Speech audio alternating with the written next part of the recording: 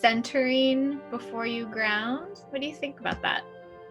Yeah, because it's like if you wanna connect with your environment or the energy fields around you or your physical space in a way, if your mind is going a million miles a minute and you're super distracted, how are you gonna be able to ground yourself in that space? Like you need to sort of first take that step to have that intention and have some clarity and have some space, right, to be able to do it. So I thought that was interesting, right? It's a curious way to think about something that I think we tend to see as somewhat more interchangeable. So here's one definition of grounding, and I'm gonna use these kind of interchangeably now, because I think that's how we tend to think about them. So one definition is the ability to return to the present moment with sustained attention. Right? And I think that captures some of what you both were talking about. It also certainly connects with kind of mindfulness as a whole, mindfulness as having that ability to be present in this moment.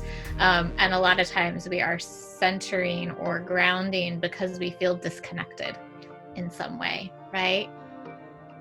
So I'm curious, do you feel like you struggle more with a monkey mind or a wandering mind? Because both monkey mind and a wandering mind can get in the way of our ability to be centered in the moment, grounded in our environment, right?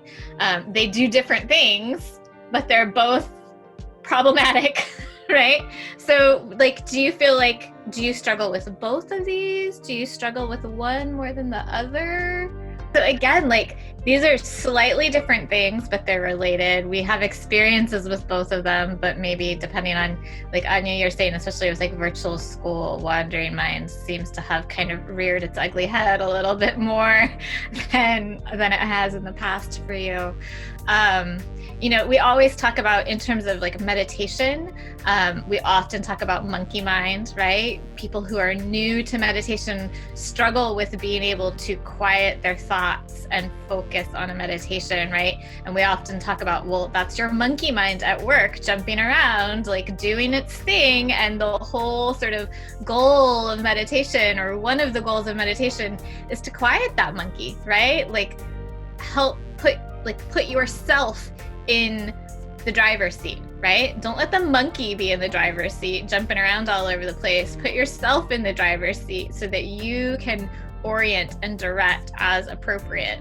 But these are both, again, this was something that I was looking at. I was like, this is like centering and grounding, familiar territory, similar territory, but different ways of looking at it. I feel like monkey mind and wandering mind, similar territory, and also with some unique differences to it.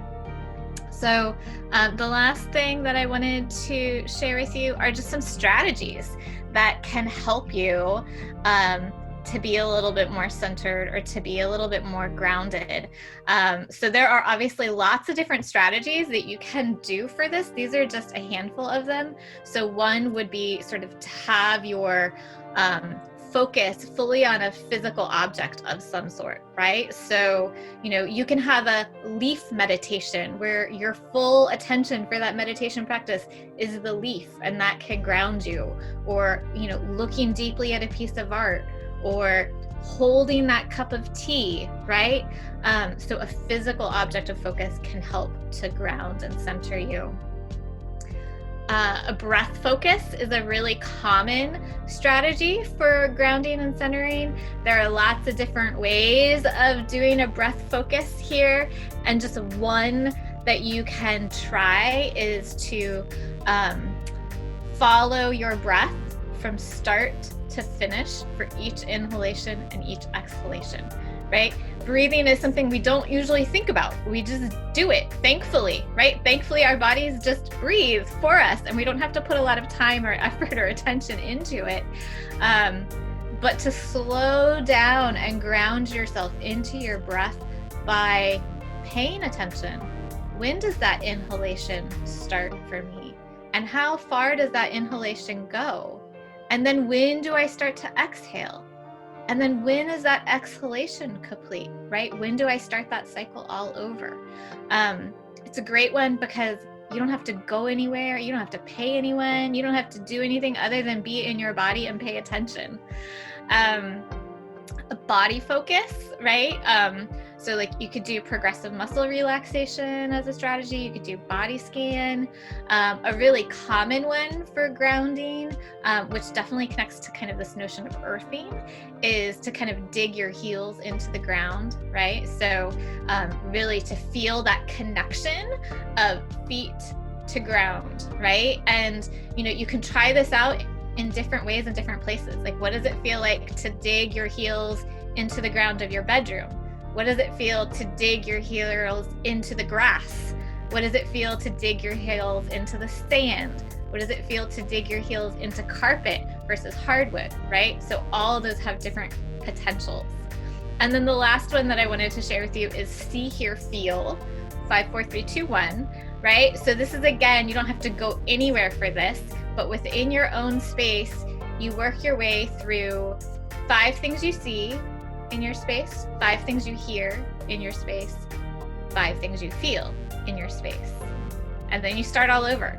What are 4 things that you see, 4 things you hear, 4 things you feel, right? 3 things you work your way through to, again, ground yourself to your environment and to slow down everything else that's happening up here, right?